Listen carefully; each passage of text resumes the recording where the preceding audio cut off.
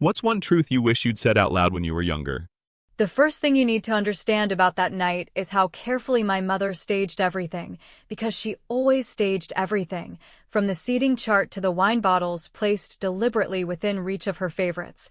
to the way the lights were dimmed just enough to cast her in the best possible glow while everyone else looked like they were in the shadows. She had built her reputation over decades of being the hostess who commanded a room, the kind of woman who could take an ordinary suburban living room, slap a table runner and a vase of roses on it, and suddenly everyone felt like they were at a black tie gala. And I, her eldest daughter, had spent my whole life knowing that no matter how carefully I dressed, how much I achieved, or how quietly I carried myself, I was never more than a prop in her theater, something to use for effect, like a poorly chosen centerpiece. So when she stood, wine glass in hand, her friends and my brother and father arrayed around her like disciples, I already knew something was coming. There was that tone in her voice, that mix of mockery and sweetness she used when she wanted to wound without making it look like cruelty. The night was supposed to be about her, about celebrating another year, another excuse to collect attention and thinly veiled compliments, but she couldn't resist reaching for me like she always did. And sure enough, as people quieted down, she laughed, not the kind of laugh that spreads warmth, but the sharp, bitter kind that makes you want to cover your ears, and announced, "You'll get nothing from me. You're a lifetime disappointment." The words floated in the air for a moment, heavy and sticky, before landing on me like they always did. People chuckled nervously, as though it was just another one of her edgy jokes, because that was the pattern. She would say something brutal, people would laugh to fill the silence, and I would swallow it like medicine, pretending it didn't sting. But this time, instead of shrinking, I sipped my champagne and let the taste of it coat my tongue. My calm wasn't an accident, it was a choice I had rehearsed. I remember looking around the room. My brother Daniel smirked like he always did when she took a jab at me, his posture relaxed, his whole body leaning into the comfort of being the golden child. My father avoided eye contact, pretending to be fascinated by the condensation running down his glass. A few of her friends whispered, and I could feel their eyes flickering between me and her, waiting for the reaction they'd been conditioned to expect. But what they didn't know, what she didn't know, was that I had been preparing for this moment for months.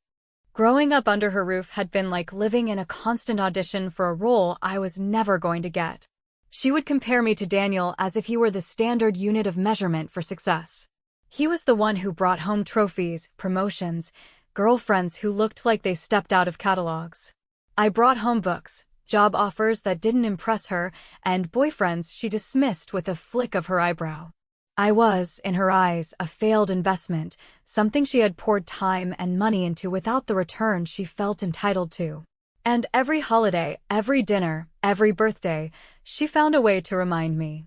But what she didn't realize was that over the years, I had developed a private language of survival. Humor became my shield. I learned to laugh at the right time, roll my eyes at the right moment, deliver a sarcastic comeback that seemed harmless enough to keep the peace, but sharp enough to give me a little satisfaction. It was a balancing act, a way of making it through without collapsing under the weight of her expectations.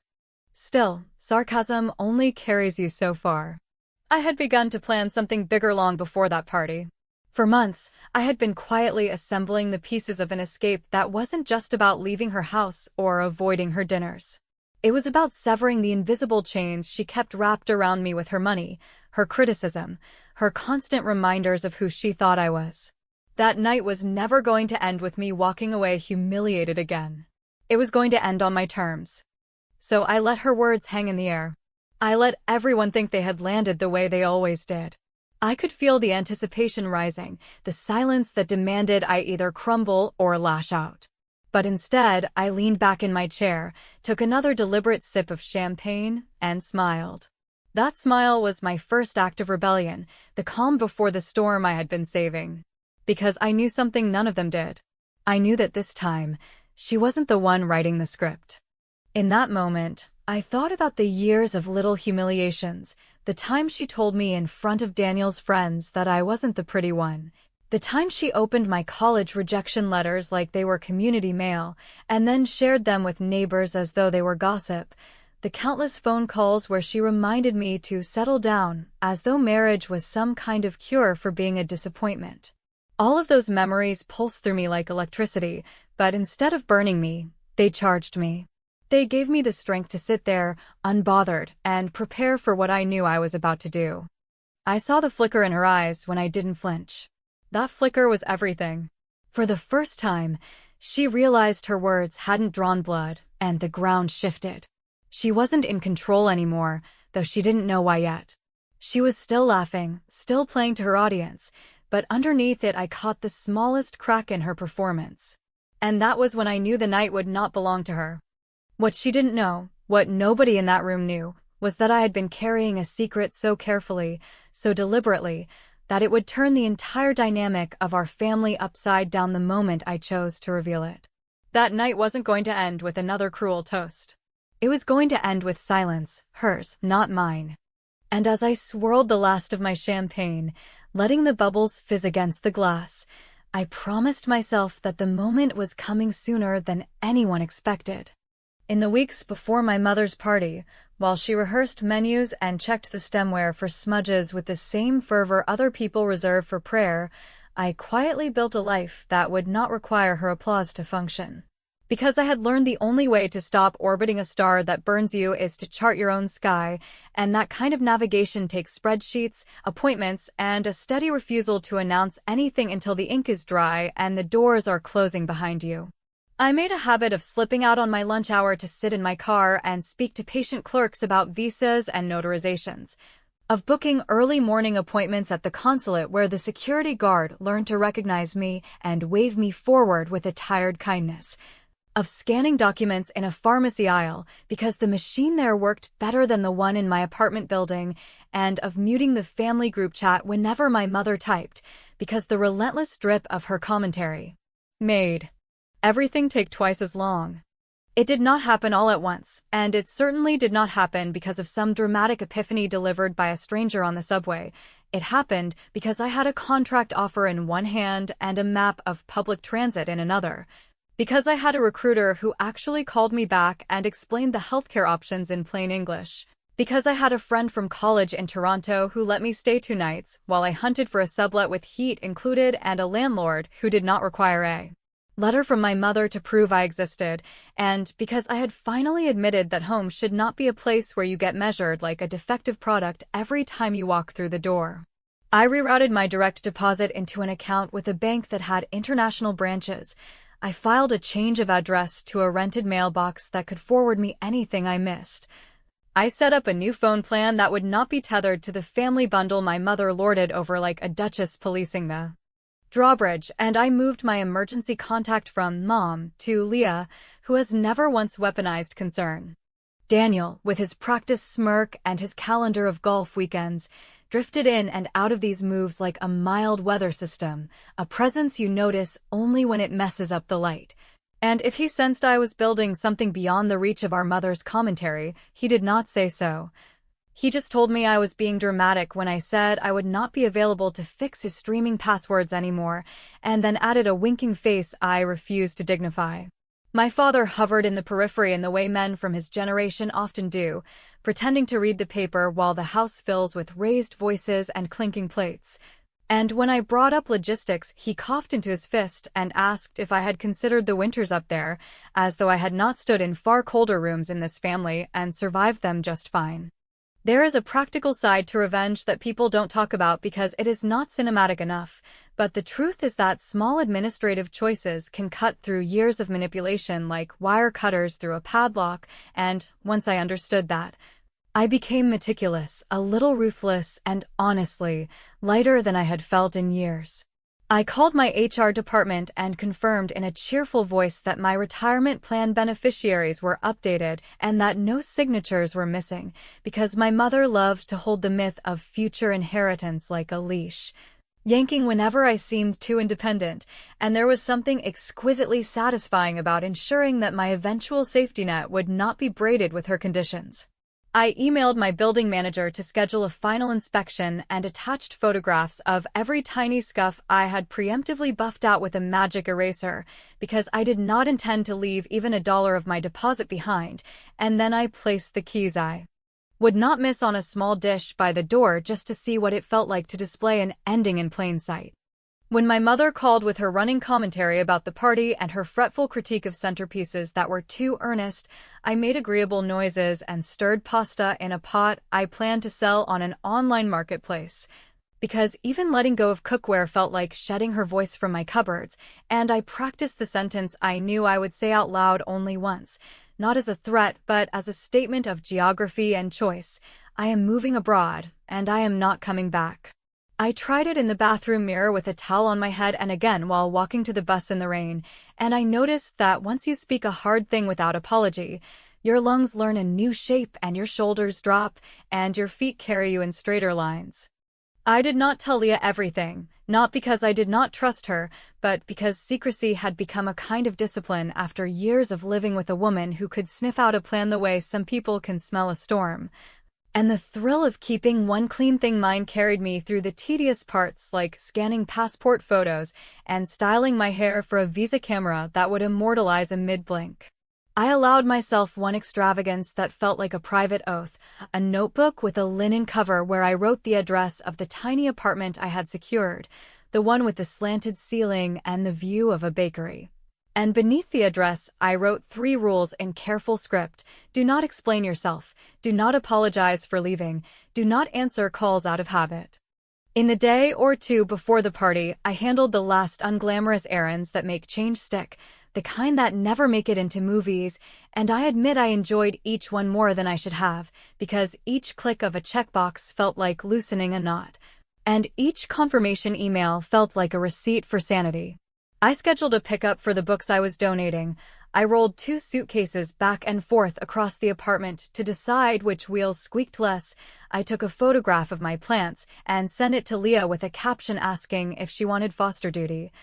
And I drew a thin line through the name Mom in my healthcare proxy and wrote Leah in even ink, then scanned it and sent copies to the places that mattered, because there are few feelings more clarifying than making sure the person who decides for you in an emergency actually knows how to care.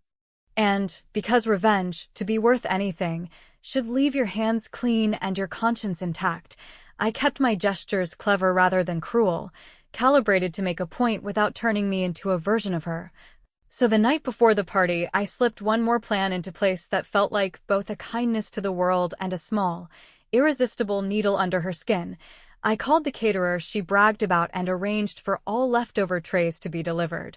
in her name and with a discreet little card, to the women's shelter a few blocks away, which meant no next-day theatrics with foil-wrapped platters and performative generosity in the neighbors' driveways. By the time I zipped the suitcase I intended to leave in the trunk of my car during the party, just in case there wasn't room in the coat closet. My phone buzzed with the final confirmations that always arrive at the tail end of a plan if you have built it with enough patience and a little hope, and I stood in the middle of my small, echoing living room and realized I had done it,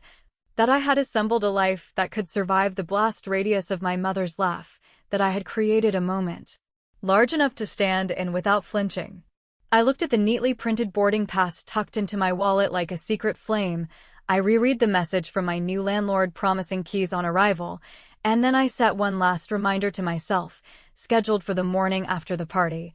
which simply said, do not call her, because sometimes the most disciplined revenge is the absence of a reflex. And as I locked the door and headed toward the night she thought belonged to her, I allowed myself a single indulgence, a tiny, wicked smile at the thought that by the time she finished her toast and reached for the punchline, the grand finale would not be a scene at all but a sentence delivered at the perfect temperature, followed by a silence I had practiced for months, and the knowledge that one detail, buried in the fine print of her plans, would undo a favorite ritual of hers before she even realized what had shifted. If the party had been a theater, and my mother the director, then that moment when she lifted her glass and allowed the bitter smile to bloom across her face was the cue for everyone else to lean in, to hold their breath. to ready the polite laughter that would stitch the insult into the fabric of the evening, as if it were merely sharp humor rather than a ritualized jab. And I watched it all unfold with the kind of detached clarity you get when you know the next line's better than the star. Because I had been rehearsing mine in quiet kitchens and on rainy sidewalks and in the fogged mirror of my bathroom until they landed without a tremor. She performed her favorite trick, the one where she pretended that cruelty was honesty and that honesty was a gift, and when she said I would get nothing from her because I was a lifetime disappointment, her friends obligingly dropped their eyes while grinning into their napkins. Daniel stretched his lips into that familiar smirk that passes for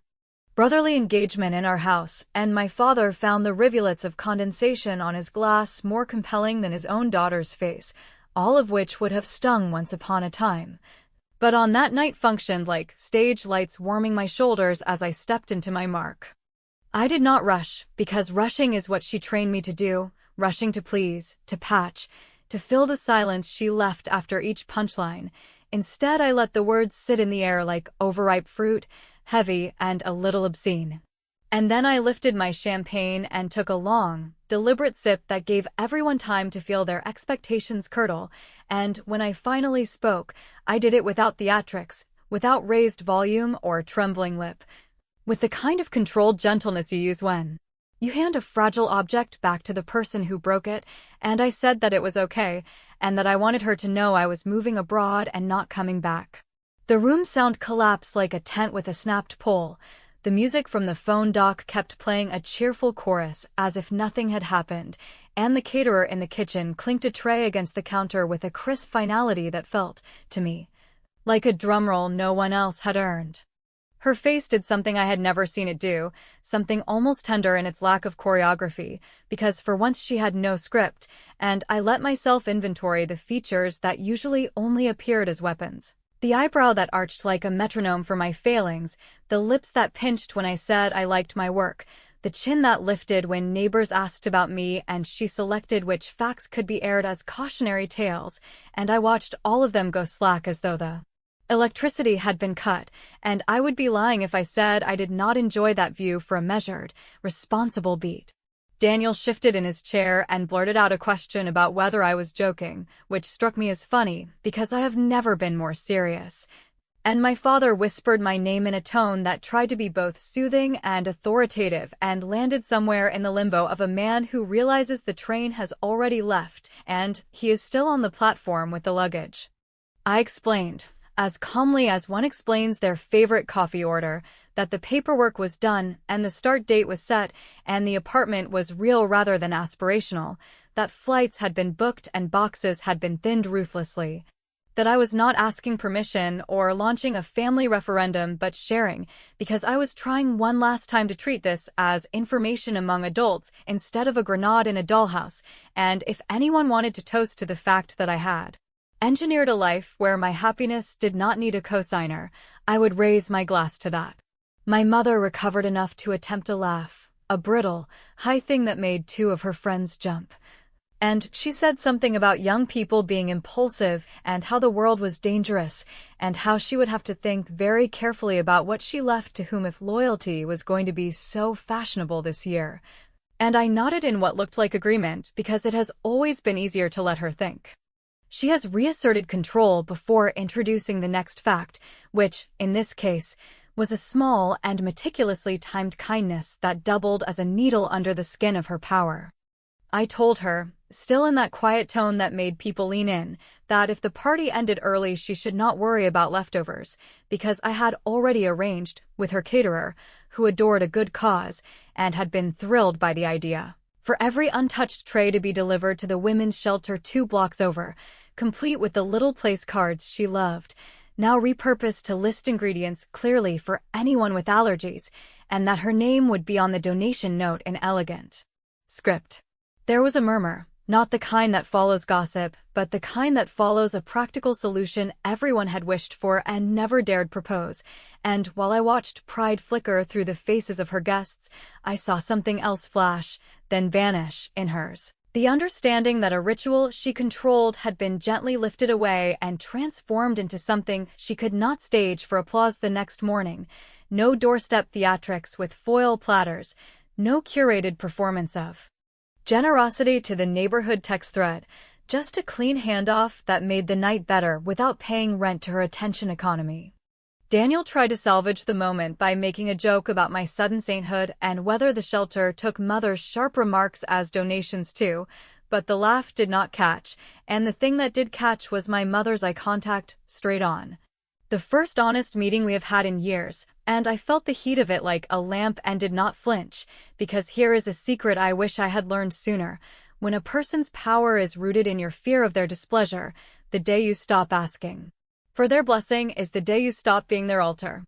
I could see the calculation begin again behind her eyes, the rapid assembly of a new script where I became reckless or ungrateful or, that perennial favorite, confused. And, because I recognized the choreography, I decided to complicate it with one more truth delivered at a polite temperature. I said that, to avoid any confusion in the coming months, I had cleaned up my paperwork so no urgent hospital or bank could find her by accident, that my emergency contacts reflected the people who actually show up, and that I was returning. Right now, and in front of everyone who has watched us perform this dance for years, the spare key she insisted I keep for family, because sometimes the only way to exit a maze is to stop pretending the walls are doors. I placed the key on the table between the dessert forks and the napkin ring shaped like a laughing swan, and the smallest sound it made when it met the wood felt louder than the music, louder than the air moving in and out of the room, louder than her next inhale. And I smiled, not a taunt, not an apology, just a simple acknowledgement that an object that had once bound me could become a punctuation mark if you timed it right. The cleverness of it, if I am allowed to call it that, was never about humiliating her in front of her friends, because humiliation is her sport, not mine. It was about ending the game without flipping the table. About creating a scene so mundane that no one could accuse me of theatrics, while the entire arrangement of our lives tilted on its axis. And as the conversations restarted in fractured little strands, and the music inched up and the caterer peered from the kitchen to see whether dessert could proceed, I watched my mother assemble a smile that did not fit her face and announce that she needed a moment to freshen up, and then she left the room in a slow, careful walk that was a retreat in all but name. I could have followed, because that is what dutiful daughters do in our family, follow the storm into the hallway and offer an umbrella they are not permitted to open. But I stayed where I was and let the guests ask me practical questions about flights and neighborhoods and the price of winter boots, and I answered with calm specifics that made the move real in their minds. So real that even if she returned and tried to paste a different storyline over it, the adhesive would fail, and by the time she came back, powdered and composed and ready to suggest that I had overreacted and could we please be reasonable, I had already paid the bill for a round of champagne that arrived without her approval and tasted, to me at least, like a small and necessary ceremony.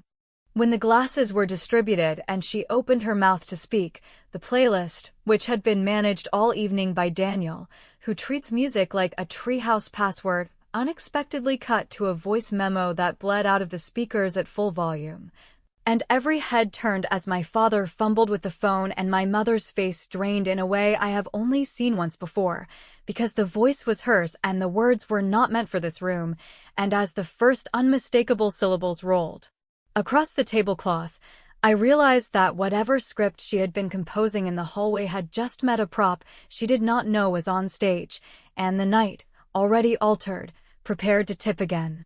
The voice that spilled out of the speakers did not arrive like thunder. It arrived like an uninvited draft sneaking under a door, my mother's careful inflection carrying first as a tremor and then as a shape everyone recognized. And once recognition passed over the room, it dragged a hush behind it, because there is something very intimate about hearing a person when they believe they are alone, and her opening line, the test run of the toast she had just performed with such brittle pleasure, sounded almost wistful before it sharpened, with her chuckling that she would keep it zesty, and that a little embarrassment kept a daughter teachable, and then, as if handing herself a permission slip,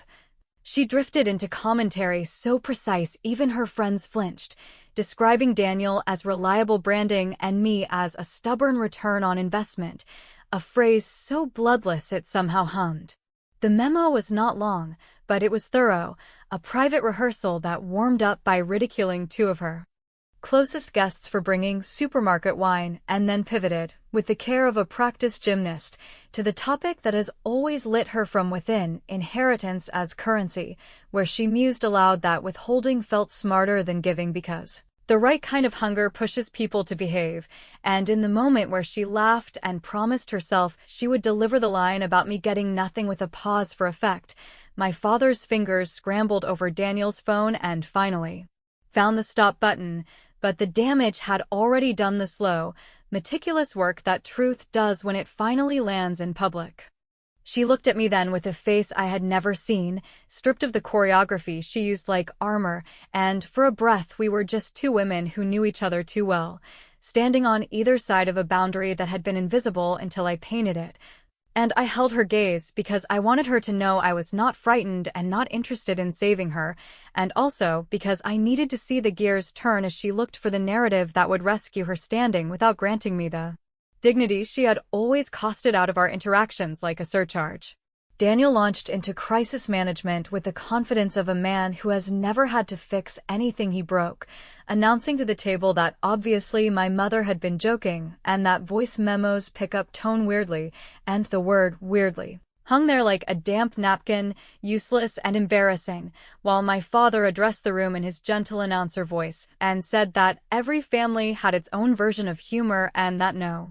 one should take a rehearsal too seriously, and the two guests who had just learned what she thought of their wine sat very still with their hands neatly arranged, as people do when they are performing grace under a blow. Because I am not interested in pyrotechnics and because I had designed my revenge to be both undeniable and clean, I did not touch the phone or raise my voice or add 1 ounce of gasoline to the air. I simply explained,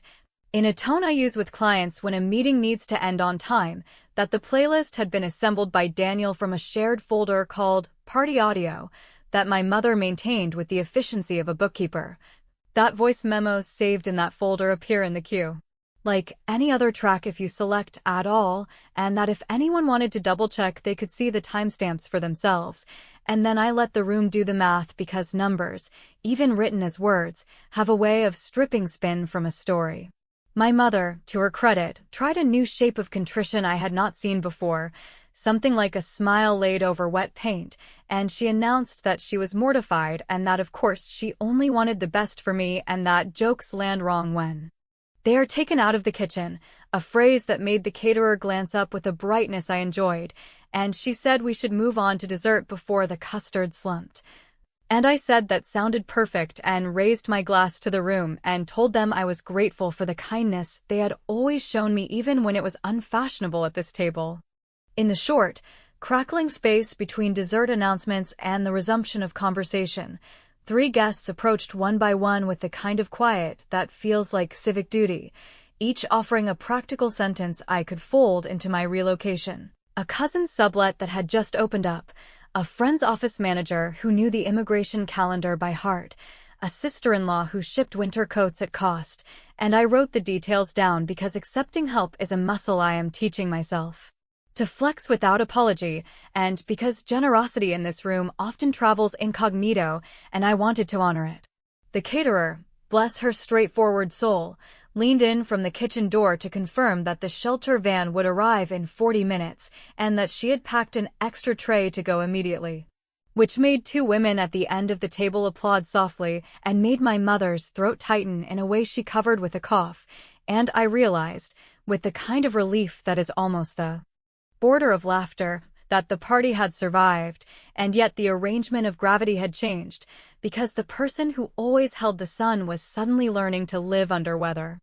It would have been easy to press, to call out every small cruelty, to turn the voice memo into a museum and lead people exhibit by exhibit through the hours we had both wasted on her performance, but cruelty is her collection, not mine. And I do not intend to curate it for her, so instead I did something cleaner and, to my taste, more enduring. I took out my phone, opened the email I had drafted and simmered like a good sauce, and with a single steady finger I hit send on 2 messages that I had promised myself would be delivered without discussion, the first addressed to the attorney who had notarized my renunciation of any conditional bequests from my mother's estate. A document that makes clear that I will not be shepherded by the promise of later, with a polite copy to my mother's counsel so there would be no rumor mill to power, and the second to our family group thread where I wrote, with affection and finality, that my number would change as of tomorrow, that I would be reachable via email for logistical matters, and that I loved us enough to establish boundaries that would keep the parts worth loving intact. The satisfaction of those two dispatches was not hot. It was cool and precise like a well-made clasp clicking shut, and I put the phone down next to the key I had already returned, a still life of exit. My father, who has always known more than he has been willing to say out loud, looked at the key and then at me and asked, in a voice that tried not to shake, whether I would at least let him drive me to the airport in the morning. And I told him I had a car service booked, but that I would meet him for coffee at the diner near the highway because plain coffee in a battered cup has always been our honest language, and he nodded and swallowed and said he would be there before the sun, and my mother said my name with a softness that startled me and asked whether we could talk alone, which in our family means whether we can move the performance to a smaller stage. And I declined with a smile that did not wobble and said the shelter van would be here any minute and I wanted to help carry boxes, and that we could speak in the morning if she wished to accompany my father, knowing, as surely as I know my own handwriting, that she would not wake up in time to face plain coffee. When the doorbell rang and the women from the shelter stepped in with their practiced warmth and their tidy clipboard and thanked Elaine for her generosity in words that struck a chord I did not intend to tune but enjoyed hearing nonetheless, I stood shoulder to shoulder with the caterer and passed trays down the line, and the simple rhythm of it steadied me, and in that small assembly line I found the revenge I had designed from the beginning, a redirection of a ritual that had always fed her appetite into a meal for people who would not spend the next morning rewriting the story of who they were, and as the last tray crossed the threshold and the night's clatter softened into the kind of chatter that embarrassments leave behind,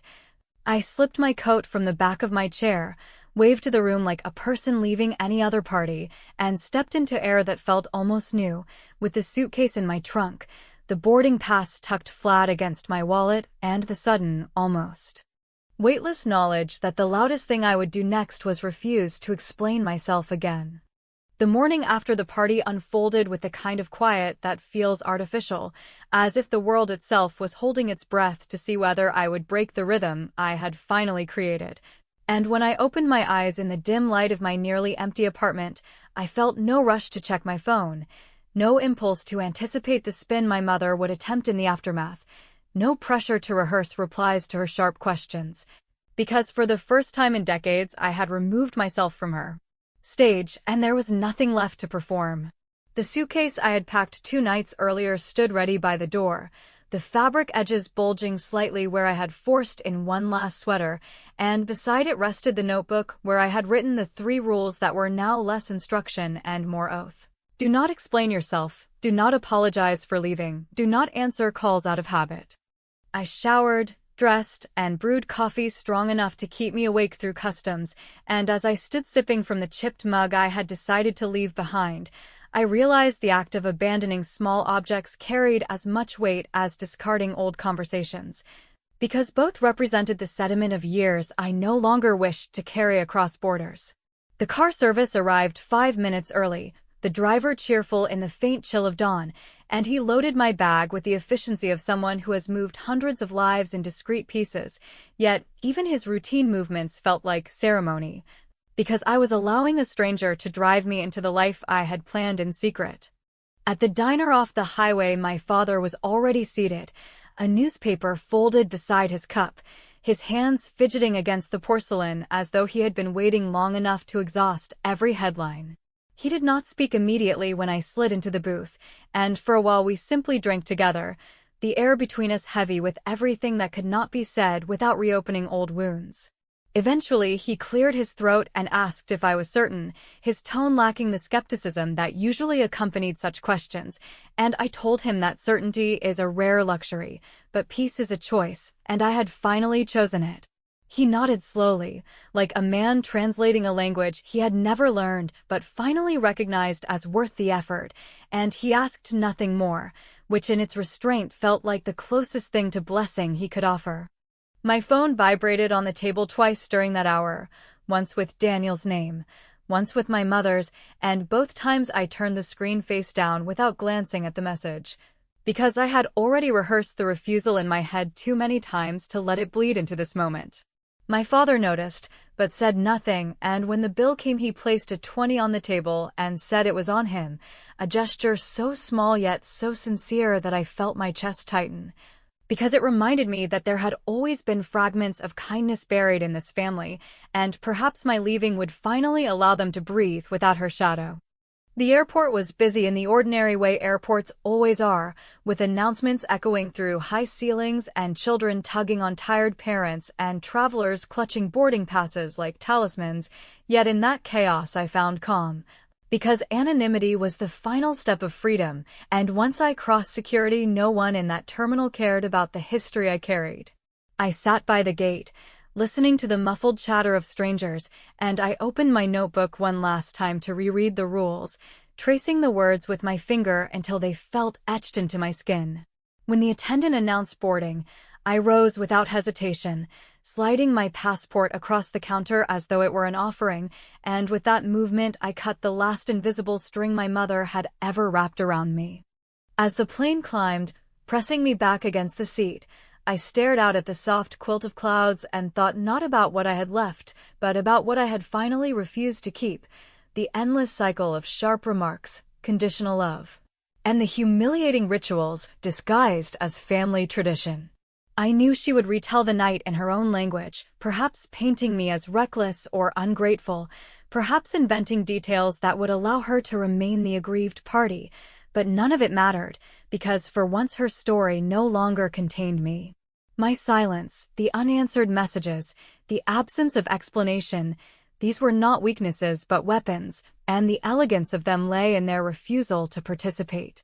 When the seatbelt sign blinked off and passengers unbuckled with a collective sigh, I closed my eyes and let the hum of the engines fill me with a kind of clarity I had never known at her table. And in that clarity I understood the truth I wanted to leave behind. Sometimes revenge is not about fire or spectacle. Sometimes it is about subtraction, about removing yourself so completely that the absence becomes louder than any confrontation.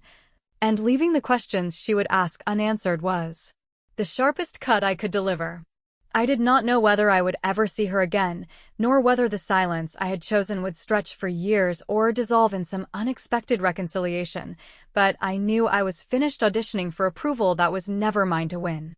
As the plane leveled into the steady rhythm of flight, I allowed myself the smallest of smiles, not of triumph but of recognition, because I had finally learned that the only inheritance worth claiming is the life you build with your own two hands, and I was already carrying it with me into the unknown.